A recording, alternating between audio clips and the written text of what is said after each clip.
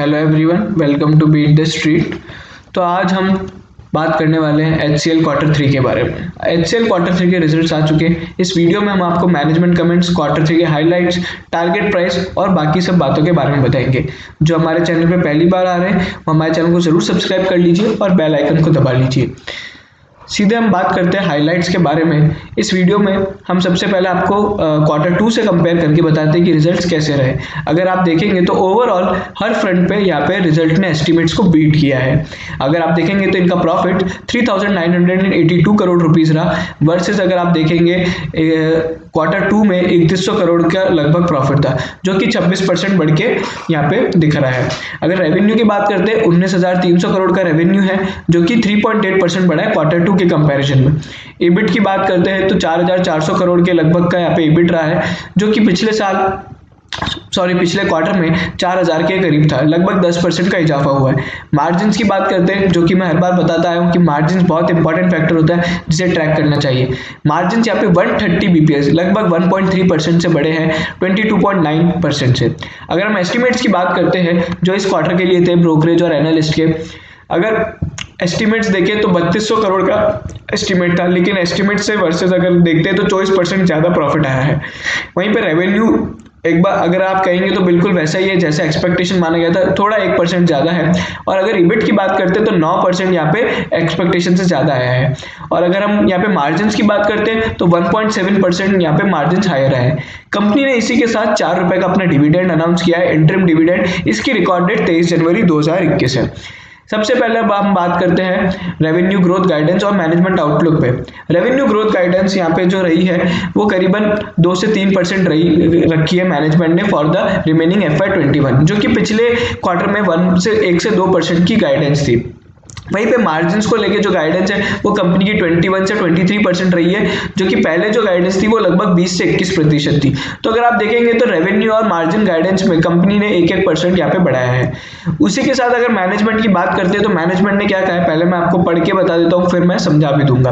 The technology sector is in the midst of a massive digitization wave, with more global enterprises embracing digital transformation to address the disruption of these unprecedented times.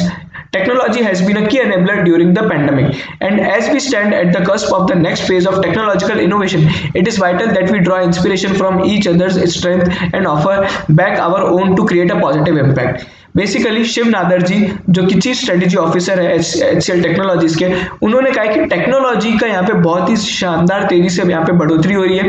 हर बड़ी बड़ी company अब technology को और ज़्यादा use करना चाह रही है ताकि इस पैंडेमिक में जितनी भी प्रॉब्लम्स क्रिएट हुई हैं उनको एड्रेस किया जा सके। और उसी के साथ कंपनी ने बोला है कि हम टेक्नोलॉजी सेक्टर में यहाँ पे और आगे बढ़ते हुए सभी हमारे क्लाइंट्स को यहाँ पे हेल्प करेंगे ताकि वो इस पैंडेमिक से यहाँ पे रिकवरी देख पाए और उनकी हम प्रॉब्लम्स को सॉल्व कर पाए। ये बात हो गई शिव नादर जी की। अब हम बात कर लेते हैं विजय कुमार, जो कि यहाँ पे CEO है। The solid performance was driven by robust momentum in mode 2 and mode 3 businesses led by digital cloud products and platform segments.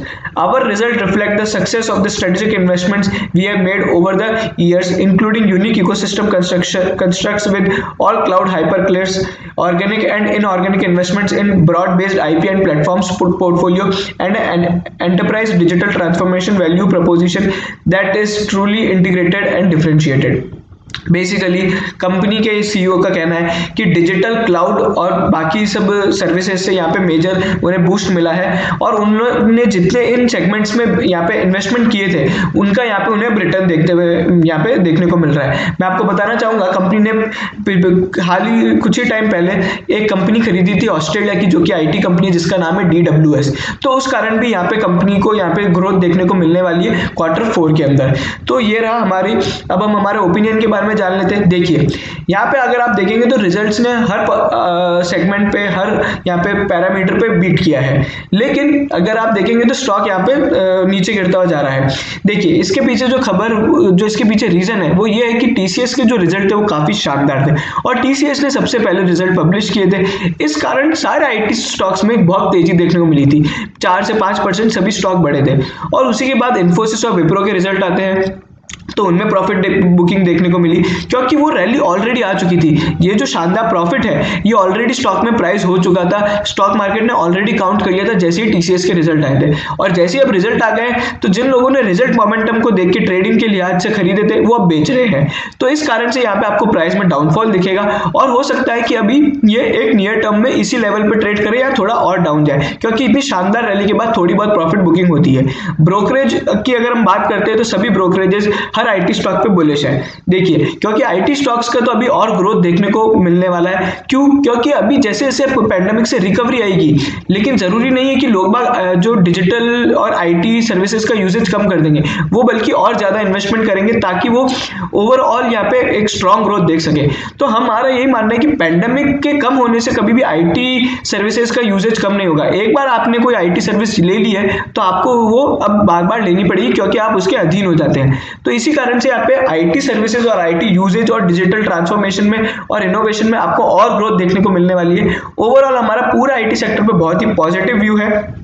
Considering कि अभी जो ग्रोथ ऑफ आईटी देखने को मिलने वाली है तो हमारा लॉन्ग टर्म टारगेट 1250 रहेगा, लेकिन जैसा हमने बताया शॉर्ट टर्म में अभी कुछ बचा नहीं है इन स्टॉक्स में। अब केवल टेक महिंद्रा के रिजल्ट आने वाले हैं, तो अभी हम शॉर्ट टर्म के लिए यहाँ पे कोई ट्रेड यहाँ पे सलाह नहीं देंगे। और जैसे ही टेक महिंद्रा के रिजल्ट आएंगे हम सारी आईटी कंपनीज का एक पीयर कंपैरिजन का फुल प्रूफ एनालिसिस करेंगे, जिसमें हम आपको हर पैरामीटर पे हर कंपनी का एक कंपैरिजन दिखाएंगे। अगर आप वो सब चीजें देखना चाहते हैं तो हमारे चैनल को जरूर सब्सक्राइब कर लीजिए। और अगर आप बात करते हैं हमारे बेस्ट पिक की आईटी सेक्टर में, तो हमारे बेस्ट पिक है इन्फोसिस, जिसके लिए हम लोग हर बार बोलते हैं Infosys one of the best IT stocks है अमंग अदर्स। तो ये वीडियो यहीं खत्म होता है। अगर आपको पसंद आया लाइक कीजिए, शेयर कीजिए सभी HCL के शेयर होल्डर्स के साथ और सब्सक्राइब जरूर कीजिएगा हमारे चैनल को।